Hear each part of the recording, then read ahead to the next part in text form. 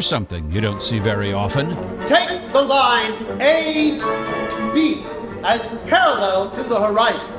A 90-minute opera that includes a 6-minute lecture on physics. This is Galileo Galilei, which tells the story of Galileo's life of science and strife in reverse, written by the forward-thinking composer Phillip Glass, whose operas have typically met with great success. But this one, written 2 decades ago, has been performed only 3 other times. Nowhere else to look. I think it's been infrequently performed because it's a little difficult to stage. Because it goes in reverse and the subject matter, it needs a very imaginative stage director, and in Jim Robinson we really have that. We actually decided to start at the end and work our way to the beginning. And what we learn is that Galileo's father was responsible for the invention of opera. So our center of the universe in this particular production is a theater. So it's a theater within a theater. The larger Loretto Hilton space, you could say, is our cosmos. And this little theater that we have on stage is kind of like the earth. It's turned out to be kind of a wonderful journey. Opera Theater's production team took some of its inspiration from the Fellini film Roma, which offers a theatrical view of the Catholic Church.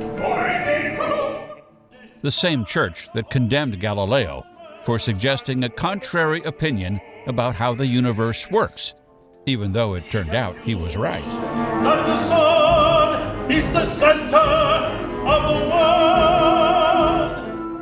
At the deepest level, music is mathematics and physics, and I've enjoyed the way that Glass uses the musical idioms, including the technology, to reflect some of the celestial, universal themes, just like oscillations in the orchestra, just going between 2 notes, remind me of waves, like light waves or sound waves, which are physical constructs.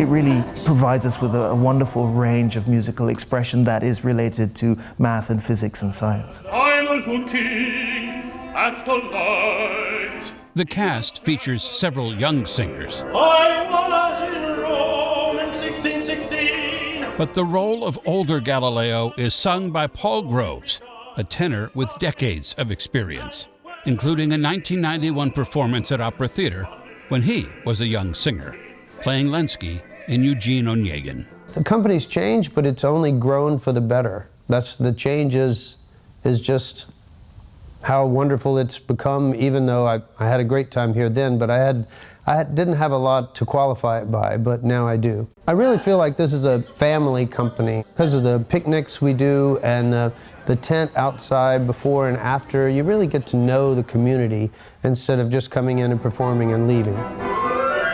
Galileo Galilei was not supposed to be part of Opera Theater's 2024 season.